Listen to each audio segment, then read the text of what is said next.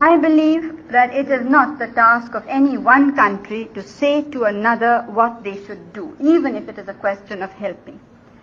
It is my duty to put the situation in my country and its neighborhood, to give my assessment of the situation to the leaders of the countries I visit. It is for them then, with their own assessment and what they hear from me, to make up their minds what they think about it and what they should do about it. आपने अभी इंदिरा गांधी को सुना, ये था इंदिरा गांधी का दौर। अब मौजूदा स्थिति देखिए। दिन था 10 मई शाम के तकरीबन 5:33 पर डोनाल्ड ट्रंप का ट्वीट आता है।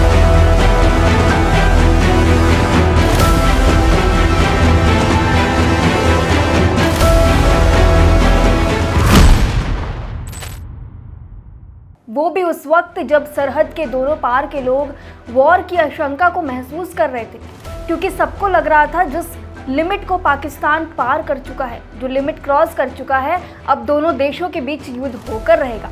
कुछ शहरों में टोटल ब्लैकआउट जैसी सिचुएशन थी। तब अचानक से डोनाल्ड ट्रंप का एक्स पर एक ट्वीट आता है, जिसमें वो लिखते हैं कि संयुक्त राज्य अमेरिका की मध्यस्थता में एक लंबी रात की बातचीत के बाद मुझे ये घोषणा करते हुए खुशी हो रही है कि भारत और पाकिस्तान पूरे तरीके से और तुरंत युद्ध विराम पर सहमत हो गए हैं।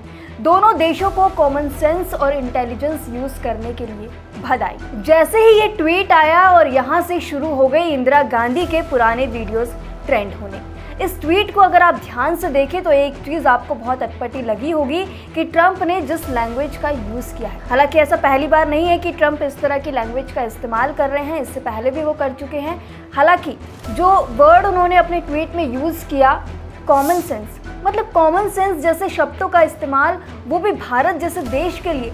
मतलब अब अमेरिका भारत की कॉमन सेंस का सर्टिफिकेट देगा, उसमें भी पाकिस्तान के साथ कंपेयर करते हुए। एक तो पाकिस्तान के पाले गुर्गे हम पर हमला करें, भारत जवाबी कार्रवाई करे तो सीज फायर करवा दिया जाए, उससे एक दिन पहले ही पाकिस्तान का करोड़ों का फंड अप्रूव किया जाए और फिर दोनों के एक समान दर्जा देते हुए कॉमन सेंस जैसा वर्ड दोनों देशों के लिए यूज़ किया जाए। अब इसके बाद बहुत से लोग सोशल मीडिया पर लिखने लगे कि हर कोई इंदिरा गांधी जैसा नहीं बन सकता, जो अमेरिका की आंख में आंख मिलाकर उन्हें अपने आंतरिक यानी कि इंटरनल इश्यूज पर दखल ना देने की नसीहत दे दी। इसके बाद से ही इंदिरा गांधी को असली शेरनी बताते हुए उनके तमाम पुराने वीडियोस वायरल होने लगे। लोग लिखने लगे कि इंदिरा गांधी होना आसान नहीं। कांग्रेस नेता सुप्रिया श्रीनेत लिखती हैं इंदिरा गांधी होना आसान नहीं। वहीं कांग्रेस नेता सुरेंद्र राजपूत लिखते हैं यूं ही कोई इंदिरा गांधी नहीं बन जाता। तो वहीं बिहार कांग्रेस ने एक्स पर पोस्ट करते हुए लिखा इंदिरा गांधी ने कहा था हिंदुस्तान किसी से नहीं डरता।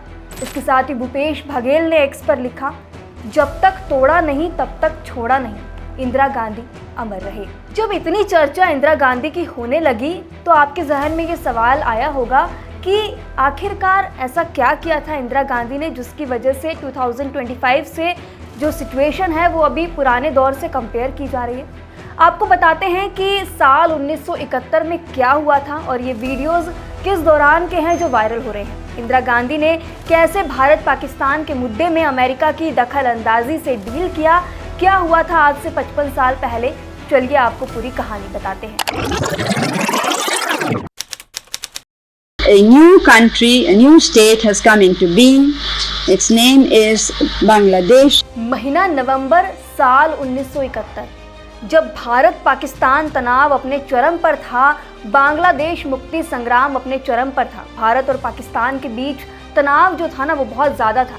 इस समय अमेरिका विशेष रूप से राष्ट्रपति रिचर्ड निक्सन और उनके राष्ट्रीय सुरक्षा सलाहकार हेनरी किसिंजर पाकिस्तान के साथ डटकर खड़े थे, क्योंकि पाकिस्तान उस समय अमेरिका और चीन के बीच मध्यस्थता में महत्वपूर्ण भूमिका निभा रहा था।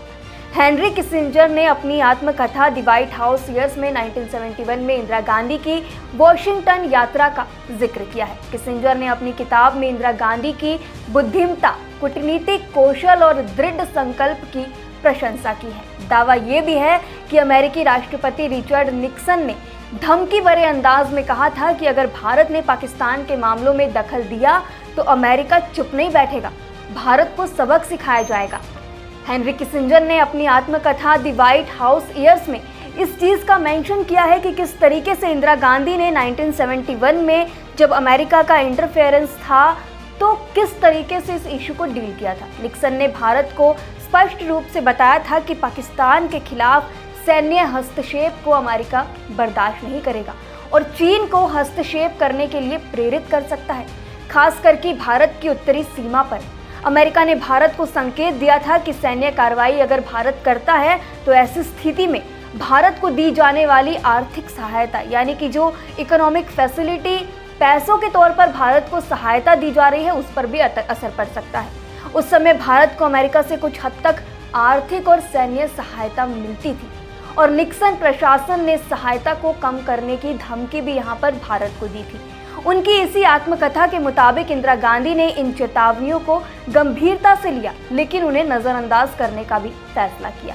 आप देखिए 1971 में जो उनकी बुक में मेंशन है उसमें ये कहा गया है कि इंदिरा गांधी के ऊपर भारत के ऊपर बहुत प्रेशर क्रिएट किया गया था अमेरिका की तरफ से कि अगर कोई भी हमला भारत की तरफ से किया जाता है पाकिस्तान पर या फिर पाकिस्तान के आंतरिक मामलों में भारत दखल अंदाजी करता है तो उसको इसका खामियाजा भुगतना पड़ेगा। जिसके बाद आपको सुनकर हैरानी होगी कि अमेरिका की ये चेतावनी सिर्फ बोलने तक सीमित नहीं थी, बल्कि जब 1971 में युद्ध शुरू हुआ तो अमेरिका ने 7वां बेड़ा गाल की गाड़ी में भेजा था। जिसे नहीं पता उनके लिए बता दें कि 7वां बेड़ा अमेरिकी नौसेना का एक नौसैनिक बेड़ा है जो पश्चिमी प्रशांत और हिंद महासागर में तैनात है। ये अमेरिकी नौसेना का सबसे बड़ा अग्रिम तैनात बेड़ा है जिसमें 50 से 70 जहाज और पनडुब्बियों और 140 विमान और 20,000 से ज़्यादा नाविक शामिल हैं। अमेरिका के इस कदम को भारत के खिलाफ एक चेतावनी के रूप में देखा गया। इसे ऐसे कंसिडर किया गया कि ये बहुत बड़ा स्ट्रॉन्ग मिलिट्री वार्निंग एक्शन था इंडिया के खिलाफ अमेरिका की तरफ से। इस कदम का जो मकसद था वो भारत पर दबाव बनाना और युद्ध में हस्तक्षेप करने की संभावना को दर्शाना था कि अगर भारत अमेरिका के अगेंस्ट जाता है तो अमेरिका इस तरह से इन्वॉल्व होकर पाकिस्तान को सपोर्ट कर सकता है। हालांकि ये कदम युद्ध के परिणाम को प्रभावित ना कर सका। अमेरिका ने यह भी संकेत दिया था कि भारत की सैन्य कार्रवाई से चीन उकसाया जा सकता है जो उस समय पाकिस्तान का सहयोगी था। हालांकि इंदिरा गांधी ने इस दबाव को स्पष्ट रूप से नज़रअंदाज कर दिया। भारत ने शरणार्थी संकट, पूर्वी पाकिस्तान में ह्यूमन राइट्स वायलेशन और पाकिस्तान की सैन्य कार्रवाइयों जैसे कि 3 दिसंबर 1971 को पश्चिमी सीमा पर हमला को आधार बनाकर सैन्य हस्तक्षेप किया। इंदिरा गांधी ने भारत की संप्रभुता और राष्ट्रीय हितों को प्राथमिकता दी। भारत ने पहले ही सोवियत संघ के साथ 1971 में एक मैत्री संधि पर हस्ताक्षर कर लिया था जो अमेरिकी दबाव को संतुलित करने में महत्वपूर्ण था। इंदिरा गांधी ने सोवियत संघ के सपोर्ट के साथ और अपनी कूटनीतिक रणनीति के बल पर अमेरिकी दबाव को प्रभावी होने से रोका। उनकी दृढ़ता और युद्ध में भारत की सफलता ने इन चेतावनियों को बेअसर कर दिया। ये जो पूरा किस्सा हमने आपको सुनाया है ये हेनरी किसिंजर उनकी आत्मकथा द व्हाइट हाउस ईयर्स में लिखी गई है।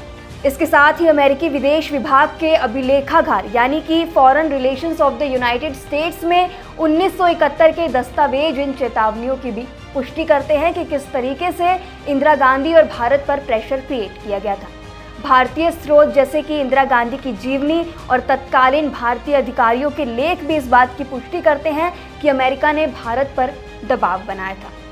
इन सब के बावजूद 16 दिसंबर 1971 को ढाका में पाकिस्तान सेना के commander lieutenant general Amir Abdullah Khan Niazi ने भारतीय सेना के लेफ्टिनेंट जनरल जगजीत सिंह अरोड़ा के सामने सरेंडर कर दिया था। लगभग 93,000 पाकिस्तानी सैनिकों ने हथियार डाले जो सेकेंड वर्ल्ड वॉर के बाद सबसे बड़ा सैन्य आत्मसमर्पण है। इस घटना ने बांग्लादेश को एक स्वतंत्र राष्ट्र के रूप में भी स्थापित कर दिया। इसका वीडियो भी कांग्रेस के ट्विटर हैंडल से शेयर किया गया है। जैसे ही जो पहलगाम हमला हुआ उसके बाद ऑपरेशन सिंदूर भारत की तरफ से किया गया, लेकिन जब सीज फायर की बात आई तो लोग उससे नाखुश नजर आए। कांग्रेस ने भी इसका विरोध किया और ट्विटर हैंडल से उस टाइम का एक वीडियो शेयर किया जब कुछ पाकिस्तानी सैनिक भारत के सामने घुटने टेकते हुए नजर आ रहे हैं, जिसमें लिखा है कि जब पाकिस्तान ने भारत के सामने घुटने टेक दिए। इन सब घटना का जिक्र आपको हेनरी किसिंजर की आत्मकथा द व्हाइट हाउस ईयर्स में मिल जाएगा।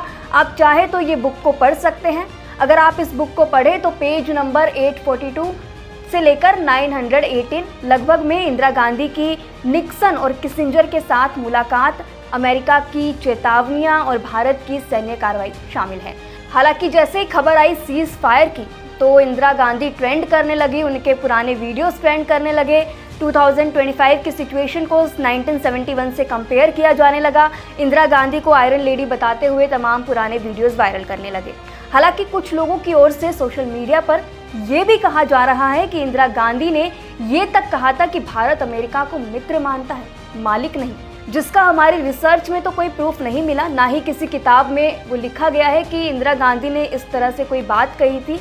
अब जैसे ही इंदिरा गांधी से जुड़े वीडियोस वायरल होने लगे तो सोशल मीडिया यूजर्स कहने लगे ये सच है कि अमेरिका के दबाव को इंदिरा गांधी ने अस्वीकार कर पाकिस्तान को टुकड़ों में बांट देने का पराक्रम किया था। पाकिस्तान उन्हीं घावों के दर्द का बदला आज ले रहा है। बांग्लादेश के लिए हमारी कुर्बानी बेकार गई, वह हमारा दुश्मन हो गया। उस युद्ध का निर्णय आज सवाल के घेरे में है।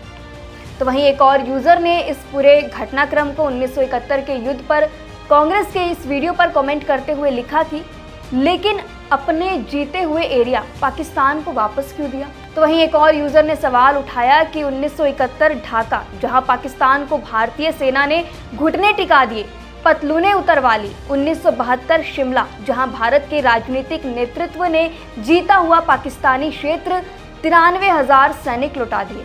अपने सैनिक जासूस पाक जेलों में मरने को छोड़ दिए, कश्मीर छोड़ दिया। तो जिस तरीके से एक तरफ जहां इंदिरा गांधी को लेकर सपोर्ट में लोग खड़े हुए हैं, तो दूसरी तरफ इस कहानी के दूसरे पहलू की तरफ देखें तो लोगों का ये भी कहना है कि अगर इंदिरा गांधी ने पाकिस्तानी सैनिक छोड़े तो भारतीय सैनिकों को मरने के लिए छोड़ दिया। ऐसा कमेंट सेक्शन में बहुत सारे लोगों की तरफ से कहा जा रहा है। हालांकि 1971 की ये घटना आज भी भारत की कूटनीतिक क्षमता और आत्मसम्मान की प्रतीक मानी जाती है। ये याद दिलाती है कि भारत किसी भी दबाव के आगे झुकने वाला देश नहीं है। लेकिन जिस तरह से स्थिति अभी बनी कि अमेरिका मिडलमैन बनता है, इंडिया और पाकिस्तान के बीच सीज फायर करवाता है, दोनों देशों के बीच रिजोल्यूशन करवाता है, फिर डोनाल्ड ट्रंप का एक और ट्वीट आता है कि मैं कश्मीर का मुद्दा सुलझाऊंगा इंडिया और पाकिस्तान का। हालांकि इंदिरा गांधी के टाइम पे वो ये कहती थी कि कश्मीर का मुद्दा हमारा अपना इंटरनल मैटर है, तो किसी भी थर्ड कंट्री को या तीसरे देश को इसमें इंटरफेरेंस करने का कोई भी हक नहीं है। पर जिस तरीके से सीज फायर हुआ दोनों देशों के बीच अमेरिका के मध्यस्थता के बाद, इस पर आप क्या राय रखते हैं? और जिस तरीके से तुलना की जा रही है इंदिरा गांधी की नरेंद्र मोदी से, इस पर आप अपनी क्या राय रखते हैं? कमेंट सेक्शन में ज़रूर बताएं। शुक्रिया।